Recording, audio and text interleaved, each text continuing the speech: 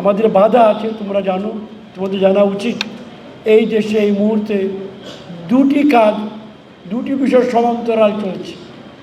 একটি শক্তি তোমাদের শক্তি, সামনে যাওয়ার শক্তি, এগিয়ে যাওয়ার শক্তি, জ্ঞান বিজ্ঞানের শক্তি। আরেকটি শক্তি আমাদের দুর্ভাগ্য বা স্বীকার করতেই হবে, পেছনে টেনে নিয়ে যাওয়ার শক্তি। ওরা পেছনে ধরে রাখতে চায়। তোমরা জানো, তোমরা সচেতন। এখানে কারোর সঙ্গে কোনো বিবাদের বিষয় নয়।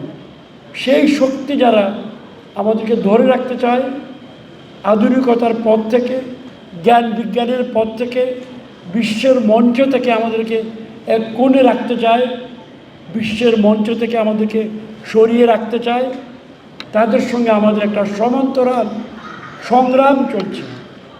সেই সংগ্রামে আমাদের, তোমাদের নিজের প্রয়োজনে জয়লাভ করতে হবে। এই জন্য প্রয়োজন পড়াশোনা, পরিশ্রম। ভালো লাগলো যে আমাদের দেশে এতগুলো বিশ্ববিদ্যালয়। এই কবছর আগে আমরা ঢাকা, চট্টগ্রাম, রাজশাহী, তারপরে ময়মনসিংহ, তারপরে শেষ। অনেক বছর, প্রায় 30-40 বছর জীবনের এই 4টা বিশ্ববিদ্যালয়ের নাম বলেই আমাদের কেটেছে। এখন তো বলতে পারি না, কি আনন্দ লাগে।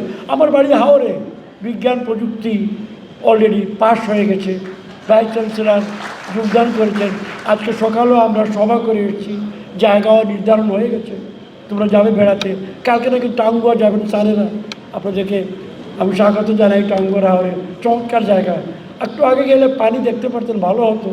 এখনও মজার আছে। বিশাল বিশাল নৌকা নাকি বানিয়েছে, অত্যন্ত আয়েসি নৌকা। খাওয়া দাওয়া, ঘুম, বিশ্রাম, অনেক কিছু। ইভেন নাকি শীতাতপ নিয়ন্ত্রিত বলে কি বলে, এয়ার কন্ডিশনার, শীতাতপ যন্ত্রযন্ত্র আছে। টাঙ্গুয়া আপনারা যাবেন সর্বত্র। এখানেও তো জায়গা আছে বেড়াবাড়ি, সব জায়গায়। আমাদের দেশ অনেক কিছুই আছে। তবে শুধু আমাদের দেশে নয়, সকল মানুষেরই আছে, সকল দেশেরই আছে। কারোর প্রতি কোনো আমাদের ঘৃণা নয়, কারোর প্রতি আমাদের কোনো বিদ্বেষ নয়। সকল মানুষের সঙ্গে আমরা বাস করতে চাই, হাতে হাত মিলিয়ে, কাঁধে কাঁধ মিলিয়ে। বিশেষ করে আমাদের প্রতিবেশী ভারত, মিয়ানমার, নেপাল, ভুটান, আমাদের বন্ধুরা এখানে এসছে। I have heard you have come from Nepal and Bhutan, good friends. For all of you, and from India, of course, the guests who have come, for them I have a special word of thanks and welcome.